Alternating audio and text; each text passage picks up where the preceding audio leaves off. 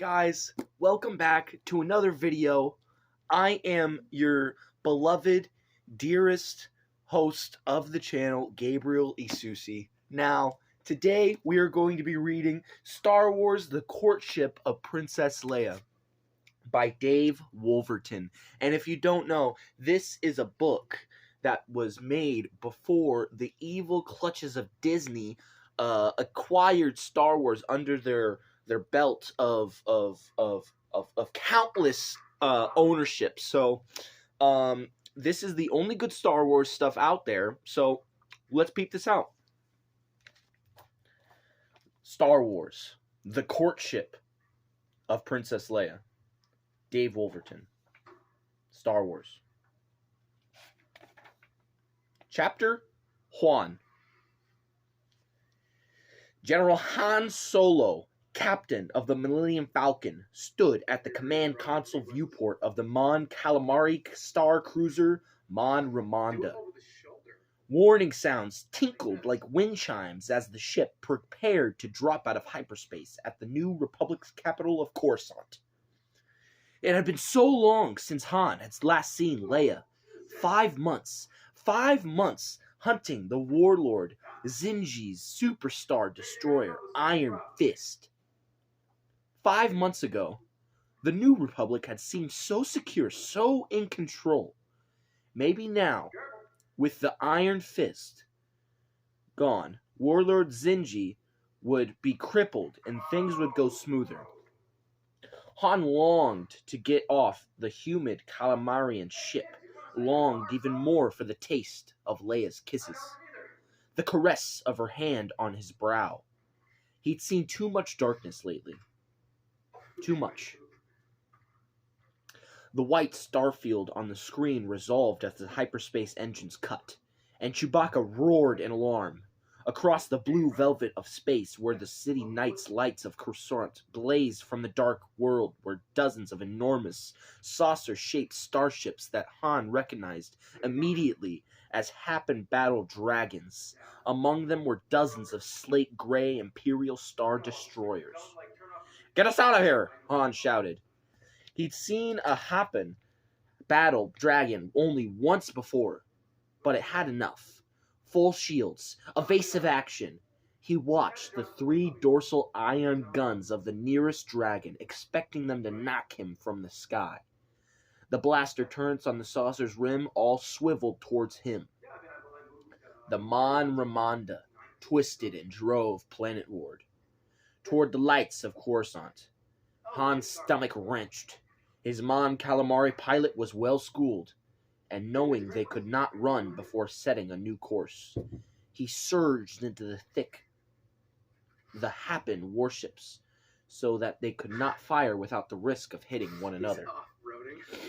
Like all the technology on the Mon Calamari ship, the viewport was exceptional, a work of art, so that as they hurtled past the command port of the Happen Battle Dragon, Han could make out of the startled faces of 3 Happen officers. The silver name tags sewn into their collars. Han had never seen a Happen. Their star sector was renowned for its wealth, and the Happens guarded their borders jealously. He known that they were human, for humans have scattered like weeds across the galaxy. But he was surprised to discover that without exception, all 3 of the female officers were astonishingly beautiful, like fragile living ornaments. "Cease evasive action!" shouted Captain Onoma, a salmon-colored Calamarian officer who sat at the control console, monitoring sensors. "What?" Han shouted, surprised that the lower-ranked Calamarian would reverse his orders. "The Happens are not firing. They are broadcasting as friendlies." Onoma answered, swiveling a large golden eye at Han. The Calamarian cruiser ceased its crazy headlong dive and slowed. "Friendlies?" Han asked. "They're Happens. Happens are never friendly." "Nevertheless, they apparently come to negotiate a treaty of some sort with the New Republic. The accompanying Star Destroyers and theirs captured from the Imperials. As you can see, our planet defense forces are still intact. Captain Onama nodded up toward a Star Destroyer in another quadrant, and Han recognized its markings. Leia's flagship. The Rebel Dream. It had seemed so huge, so vast when they captured it from the Imperials. But there beside this happened fleet, it looked small, insignificant. Huddled around the Rebel Dream, you saw a dozen smaller Republic dreadnoughts, their hulls still painted with the markings of the old Rebel Alliance. The first time Han had seen a Happen warship, he had been smuggling guns with a small convoy fleet under the command of Captain Rula. Since the Happens didn't yet fall into the Empire, the Struggles had been using an outpost in neutral territory near the borders of Happen's star cluster, hoping that their proximity to the Happens would keep the Empire off their back. But one day they came out of hyperspace and found a Happen battle dragon hovering in their path. Even though they were in neutral territory, even though they made no aggressive moves, only 3 of the 20 smuggler ships managed to survive the Happen attack. A communications officer said, "General Solo, we're receiving a call from Ambassador Leia Organa." "I'll go to my quarters and pick it up there," Han said, and he hurried to punch up the call. Leia's image appeared on the small screen. Leia was smiling, euphoric, and her dark eyes had a dreamy look to them. "Oh, Han," she said in breath, her voice mellifluous. "I'm so glad you're here." She wore the pure white uniform of an Alderaanian ambassador, and her hair was down. In the past months it had grown longer than Han had ever seen it.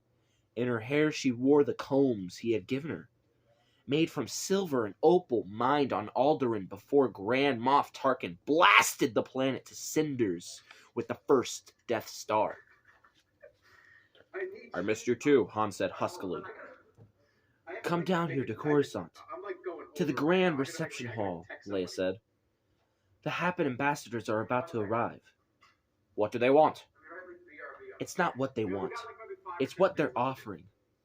I went to Haps and spoke with the Queen Mother of 3 years ago," Leia said. "I asked for her aid in our fight against Warlord Zinji.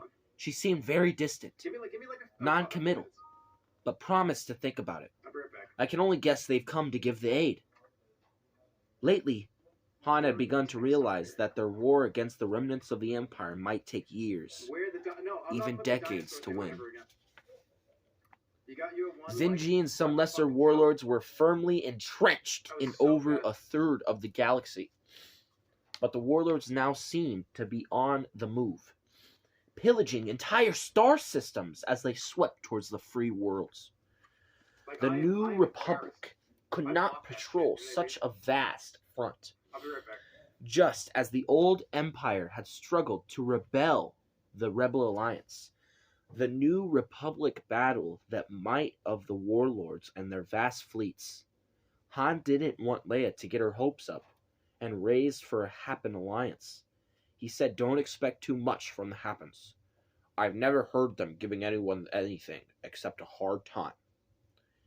You don't even know them. Just come to Grand Reception Hall," Leia said, suddenly all to business. "Oh, and welcome back." She turned away. The transmission ended. "Yeah," Han whispered. "I missed you too." Han and Chewbacca hurried through the streets toward the Grand Reception Hall on Coruscant. They were in an ancient part of Coruscant where the plant-wide city had not built over the top ruins, so that all around them pastel buildings rose up like walls of canyon. The shadows thrown by steep buildings were so deep and overhead, the shuttles streaming through the spaces between buildings were forced to keep the ruining lights even in daytime, creating a massive tapestry of light. By the time Han and Chewie reached the Grand Reception Hall, the processional band was already playing, an oddly mincing marching song using janglers and deep woot horns. The grand reception hall was an enormous building, more than 1,000 meters long, with 14 levels of seating. But as Han neared the entrance, he found that all of the portals were jammed, with curious onlookers, eager to see the happens. Han ran past the first 5 entrances, then suddenly saw a golden protocol droid nervously trying to jump or stand on tiptoe to see over the crowd. Many people claim that all droids of a certain model looked alike, but Han recognized C-3PO instantly. No other protocol unit ever managed to look quite nervous or excited. 3PO, you hunk of tin! Han shouted to be heard over the crowd. Chewbacca roared in greeting. General Solo, 3P responded, a note of relief in his voice. Princess Leia asked, I find you and escort you to the Alderaanian ambassador's balcony. I was afraid I'd miss you in the crowd. You're fortunate that I had foresight to wait for you here. This way, sir, this way. 3PO led them back across the board street and up a side ramp, past several guards as they climbed a long, winding corridor, passing door after door. Chewbacca sniffed the air and growled. They rounded the corner, and 3PO halted by a balcony entrance. Within, only a few people stood, looking through the glass onto the procession below. Han recognized some of them.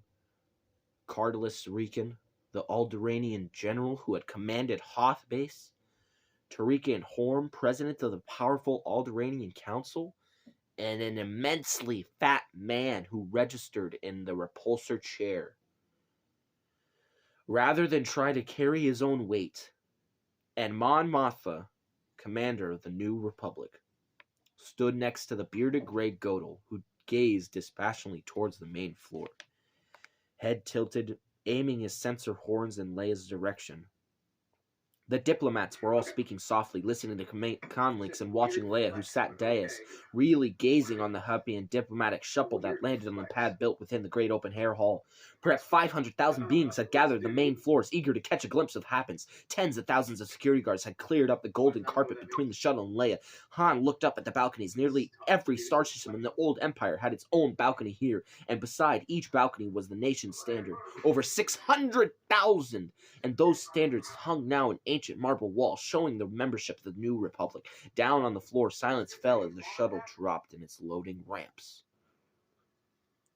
Han went to Mon Mothma. What's going on? He asked. Why aren't you down on the dais with Leia? I was not invited to meet the Happen ambassadors, Mon Mothma said. They asked only to see Leia, since even the Old Republic had very limited contact with Happen's Martians over the past 3,000 years. I felt it best to remain aloof until invited. That's very considerate, Han said. But you are the elected leader of the New Republic, and Queen Mother Ta Chum feels threatened by our democratic ways. No, I think it's best that Ta Chum's ambassadors don't speak through Leia. If she makes them feel more comfortable. Have you counted the number of battle dragons in the Happen fleet? There are 63, one for each inhabited planets in the Haps cluster. Never have the Happens initiated contact with us on such a good grand scale. I suspect that this is the one to be most important contact our people have made in the past 3 millennia. Han would not say it, but he felt slighted at not being seated by Leia's side.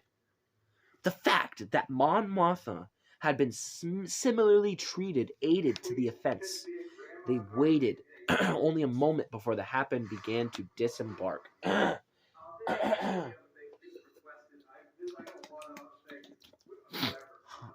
First, from the shuttle came a woman with long dark hair and onyx eyes and glittered in the lights. She wore a light dress of peach-colored shimmering material that left her long legs exposed.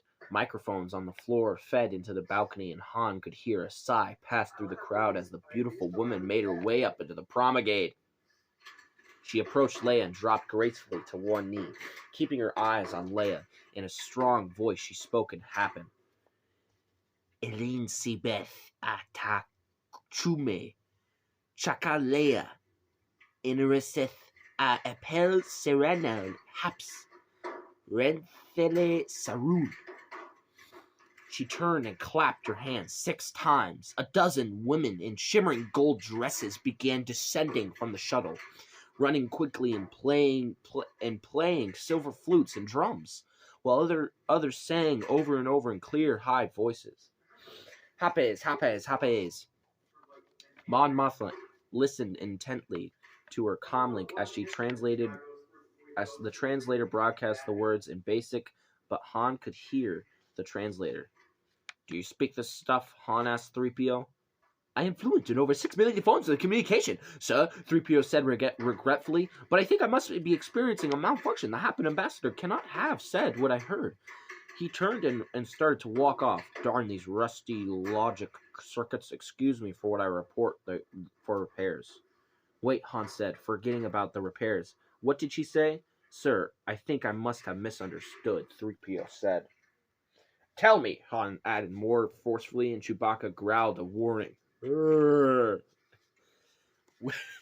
Well, if you're going to be that way about it, 3PO affected a hurt tone. If my sensors monitor correctly, the delegate reported the words of the great Queen Mother. Worthy Leia, I offer gifts from the 63 worlds of Hypes. Take joy in them. Gifts, Han said. That sounds pretty straightforward to me. Indeed it is. The Happens never asked a favor without offering a gift of equal value first, 3PO said condescendingly. No, what troubles me is the use of the word shakal, worthy.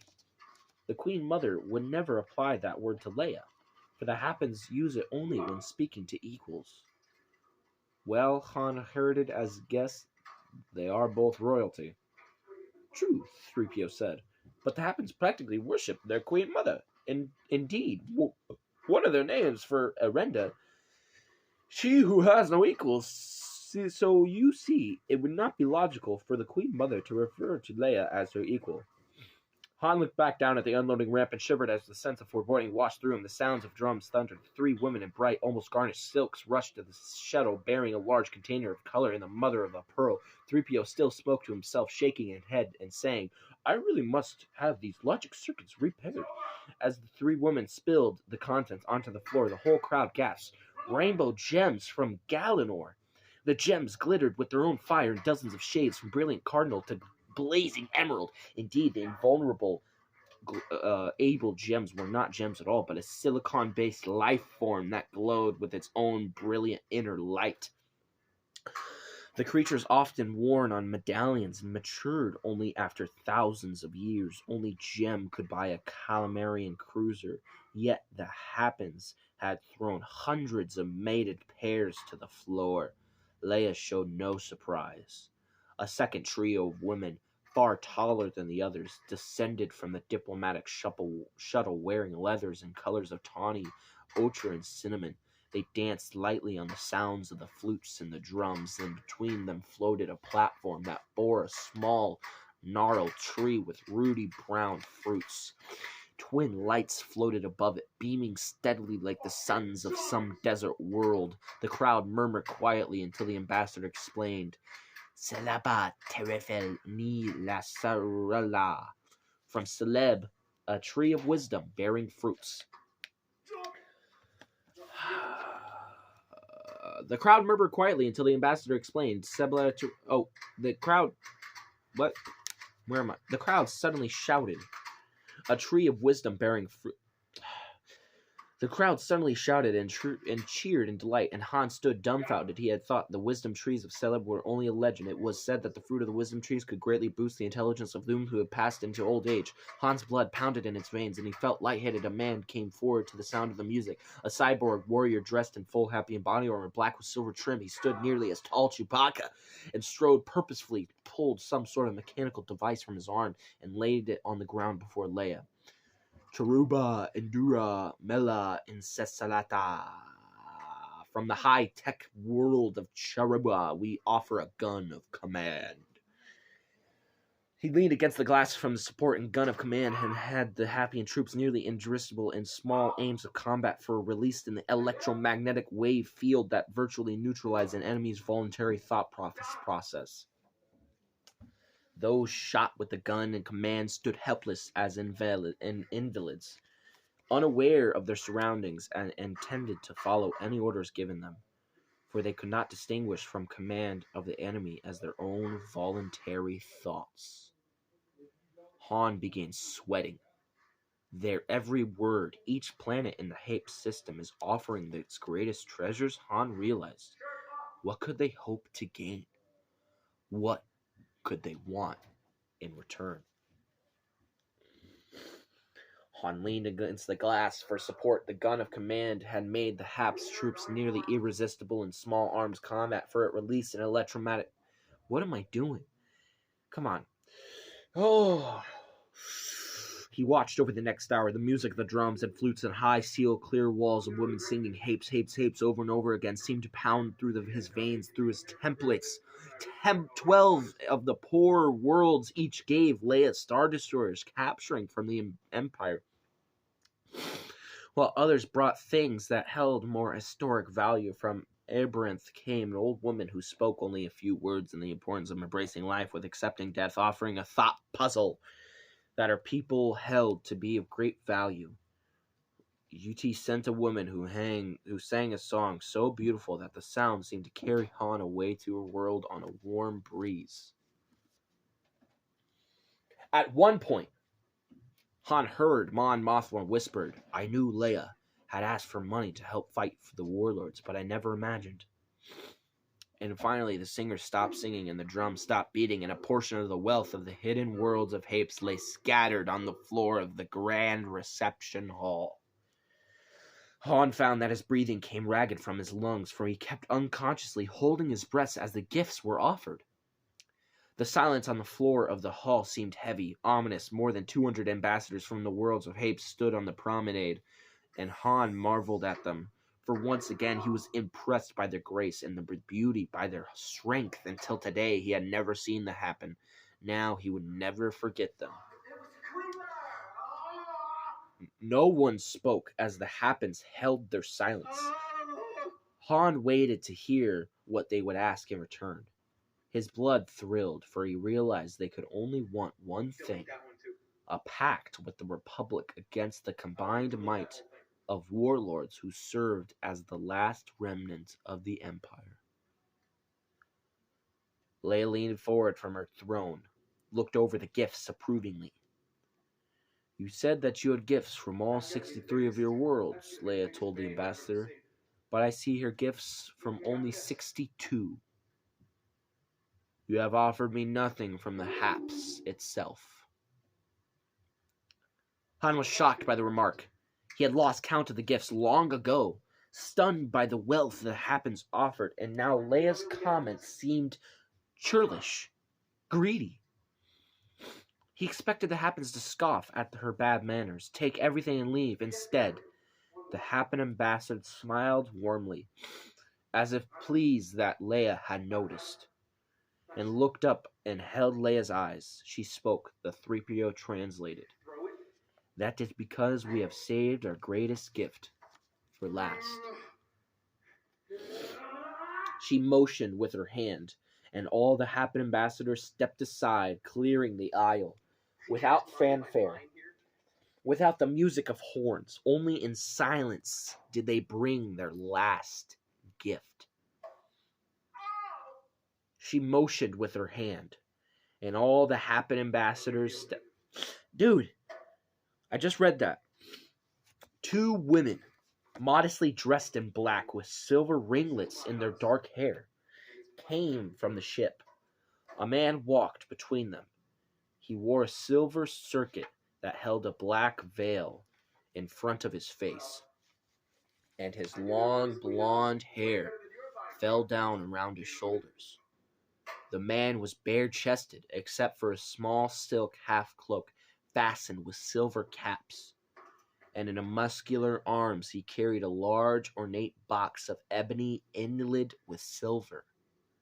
He brought the box and set it on the floor.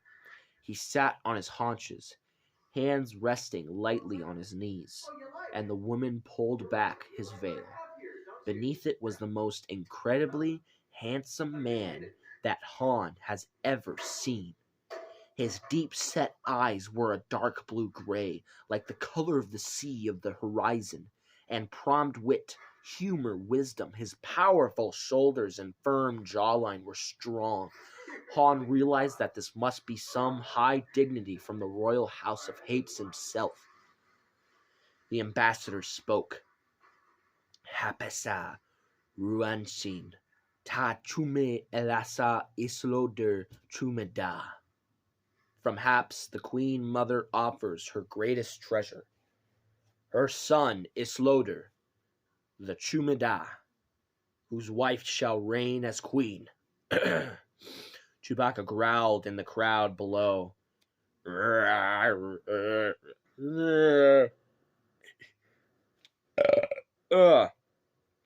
Everyone seemed to talk at once, an uproar that swelled in Han's ears like the sound of storm. Mon Mothma pulled off her headset and gazed at Leia thoughtfully. One of the generals in the room swore and grinned, and Han stepped away from the window. What? Han asked. What does this mean? Ta Chume wants Leia to marry her son. Mon Mothma answered softly. But she won't do it, will she? Han said, and then as certainly faltered. 63 of the wealthiest planets in the galaxy to rule as Martriarch over billions of people with that man beside her. Mon Mothma looked up into Han's eyes as if gauging him.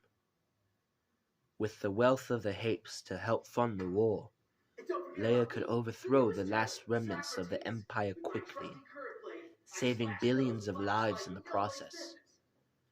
I know how you have felt about her in the past, General Solo.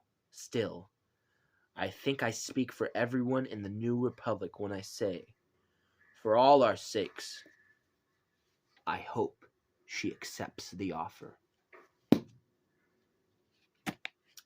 Alright guys, that is chapter 1 of the Courtship of Princess Leia.